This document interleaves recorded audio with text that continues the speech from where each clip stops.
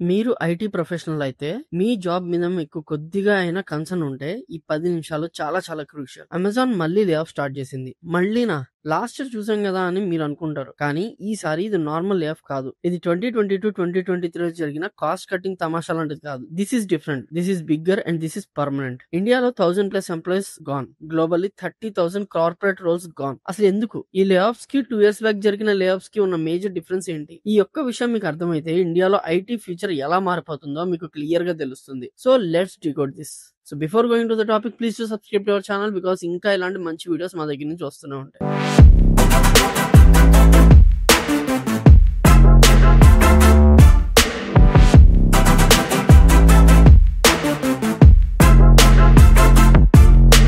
So first facts చూద్దాం. What exactly is happening? Amazon globally 30,000 వరకు corporate roles ని cut చేస్తుంది. గైస్ గుర్తుపెట్టుకోండి, ఇవి వేర్ హౌస్ జాబ్స్ కాదు, కార్పొరేట్ వైట్ కాలర్ జాబ్స్, మనలాంటి వాళ్లే. ఇండియాలో ఈ నెంబర్ అప్రాక్సిమేట్ గా 1000 నుంచి 1100 ఎంప్లాయీస్ వరకు ఉండొచ్చు. ఈ నెంబర్ ఫైనల్ కాదు, but the scale is massive. మరి ఈ ఎఫెక్ట్ ఎవరికి పడుతుంది? Which domains are most impacted? Listen carefully. HR, దీని వాళ్ళు people experience and technology PXT అంటారు. ఆపరేషన్స్, క్లౌడ్ కింగ్ అయిన AWS లో కూడా లే ఆఫ్స్ ఉన్నాయి. డివైజెస్ అండ్ సర్వీసెస్ అంటే మీ అలెక్సా, ఎకో డివైజెస్ ఏవైతే ఉంటాయో వాటిలో పనిచేసే వాళ్ళు. ఒక హెచ్ఆర్ డివిజన్ లోనే ఆల్మోస్ట్ 15% వర్క్ ఫోర్స్ ని లే ఆఫ్ తీసేస్తున్నారు. అంటే ప్రతి 100 మంది హెచ్ఆర్స్ లో 15 మంది ఇంటికి వెళ్ళిపోతారు. ఇది చాలా పెద్ద అలార్మింగ్ నెంబర్. మీలో ఎంతమంది లాస్ట్ 6 months లో మీ కంపెనీలో హెచ్ఆర్ పాలసీ చేంజెస్ నోటీస్ చేశారు? లేదా రిక్రూట్మెంట్ పాలసీస్ సడన్ గా స్లో అవడం చూసారా? కింద కామెంట్స్ లో ఎస్ ఆర్ నో అని చెప్పండి, because it is all connected. మరి ఇంత మందిని ఎందుకు తీసేస్తున్నారు? జస్ట్ పాండమిక్ లో ఎక్కువ హైర్ చేసుకున్నాం అని చెప్పి ఇప్పుడు పంపించేస్తున్నారు అంటే నో, అది జస్ట్ ఒక రీజన్.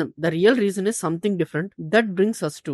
మనం అనుకుంటాం ఓ ఎకనామీ స్లోగా ఉంది, ప్రాజెక్ట్స్ లేవు, సో కాస్ట్ కటింగ్ అని చెప్పేసి. ఎస్, అది కరెక్టే. పోస్ట్ పాండమిక్ హైరింగ్ ఎక్కువ చేశారు, అది కరెక్టే. కానీ ఈసారి కాస్ట్ ఆప్టిమైజేషన్ తో పాటు ఇంకొక పెద్ద వర్డ్ వినిపిస్తుంది, అదే ఏఐ అండ్ ఆటోమేషన్. ఇది చాలా కేర్ఫుల్లీ వినండి. ఈ లే ఆఫ్ కి 2023 లే ఆఫ్ కి ఉన్న బిగ్గెస్ట్ డిఫరెన్స్ ఇదే. ఎస్పెషల్లీ హెచ్ఆర్ డివిజన్ ఎందుకు టార్గెట్ అయింది అంటే, ట్రెడిషనల్ హెచ్ఆర్ టాస్క్ ఉంటాయి కదా, employees on boarding, payroll queries, basic recruitment, screening, performance tracking, ఇవన్నీ ఇప్పుడు సొఫిస్టికేటెడ్ ఏఐ సిస్టమ్స్ హ్యాండిల్ చేస్తున్నాయి. అమెజాన్ లాంటి కంపెనీ ఏఐ ఇన్ఫ్రాస్ట్రక్చర్ మీద బిలియన్స్ ఆఫ్ డాలర్ ఇన్వెస్ట్ చేసింది. ఆ ఇన్వెస్ట్మెంట్ కి ROI, రిటర్న్ ఆఫ్ ఇన్వెస్ట్మెంట్ చూపించాలి కదా. This is the result. Manual process ని ఆటోమేట్ సిస్టమ్స్ తో రీప్లేస్ చేస్తున్నారు. ఆపరేషన్స్ లో ఇదే సిచ్యువేషన్. ఎఫిషియన్సీ పేరుతో, స్ట్రీమ్ లైనింగ్ పేరుతో మేనేజ్మెంట్ లేయర్స్ ని కట్ చేస్తున్నారు. అంటే బ్యూరోక్రసీని తగ్గిస్తున్నారు. ఈ RTO అంటే రిటర్న్ టు ఆఫీస్ పాలసీస్ కూడా ఎందుకు తెచ్చారు అంటే, చాలా మంది వాలంటరీగా రిజైన్ చేస్తారని. కానీ అనుకున్నంత అట్రిషన్ రాలేదు. So Amazon decided to do it directly. ఈ అనాలిసిస్ మీకు వాల్యుబుల్ అనిపిస్తే ఈ పాయింట్ లో ప్లీజ్ ఒకసారి లైక్ బటన్ ప్రెస్ చేయండి. అంతేకాకుండా సబ్స్క్రైబ్ కూడా చేయండి.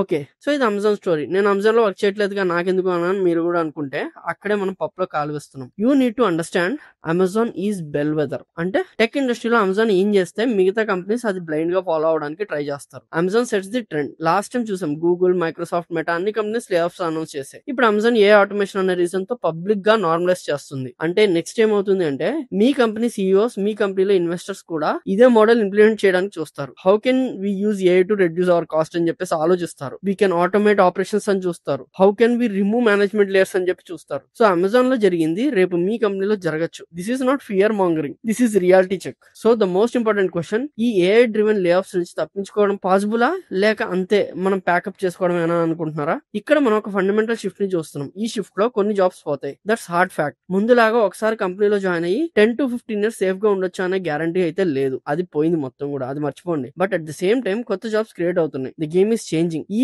పాయింట్ లో అర్జెన్సీ క్రిటికల్. ఎవరైతే ఈ చేంజెస్ కి అడాప్ట్ అవుతారో వాళ్ళు నెక్స్ట్ లెవెల్ కి వెళ్తారు. ఎవరైతే అడాప్ట్ అవ్వకుండా స్టిఫ్ గా ఉంటారో వాళ్ళు డెఫినెట్ గా ప్రాబ్లం అయితే ఫేస్ చేస్తారు. I want to be honest, మీలో ఎంతమంది లాస్ట్ 3 months లో మీ డైలీ వర్క్ లో ఏ టూల్స్ ని ఇంటిగ్రేట్ చేసుకున్నారు? Not just fun like ChatGPT, but to make your work 10x better. Yes or no comment లో మెన్షన్ చేయండి. Be honest. The future is not about competing with AI, it's about using AI. మీరు డెవలపరా? AI తో fast గా clear గా code రాస్తున్నారా లేదా చూసుకోండి. మీరు హెచ్ఆర్ ప్రొఫెషనల్ అయితే AI టూల్స్ ని యూజ్ చేసి కంపెనీ కల్చర్ ని డేటా డ్రివెన్ గా మారుస్తున్నారా లేదా చూడండి. మీరు ఆపరేషన్స్ మేనేజర్ అయితే AI తో సప్లై చైన్ ని ఎలా ఆప్టిమైజ్ చేస్తున్నారో చూసుకోండి. Answer these questions. ఈ టాపిక్స్ గురించి, AI అండ్ కెరీర్ గురించి ఇంకా డీటెయిల్డ్ గా వీడియో కావాలి అంటే మోర్ AI అని చెప్పేసి కామెంట్ చేయండి. ఇంకా AI లో ఉన్న అడ్వాన్స్మెంట్స్ ఏంటి అనేది కూడా మనం క్లియర్ గా మాట్లాడుకుందాం. సో చూసారు కదా కదా, Amazon's 2025 layoffs are a huge warning signal for all of us. ఇది ఒక కంపెనీ కాస్ట్ కటింగ్ అయితే కాదు, ఇది టెక్నాలజికల్ షిఫ్ట్ వల్ల వస్తున్న ఒక fundamental change. AI is here. It is replacing traditional HR operations and administratives and tech roles. And ఈ trend మిగతా టెక్ కంపెనీస్ 100% ఫాలో అయ్యే అవకాశం అయితే ఉంది. The urgency is real, the fear is valid. But panic అవ్వకండి, panic అయితే ఏమీ రాదు, ప్రిపేర్ అవ్వండి. We need a plan. మరి ఈ సిచ్యువేషన్ లో మనల్ని మనం లే ఆఫ్ ప్రూఫ్ గా ఎలా చేసుకోవాలి, మన స్కిల్స్ ని ఎలా అప్డేట్ చేసుకోవాలి,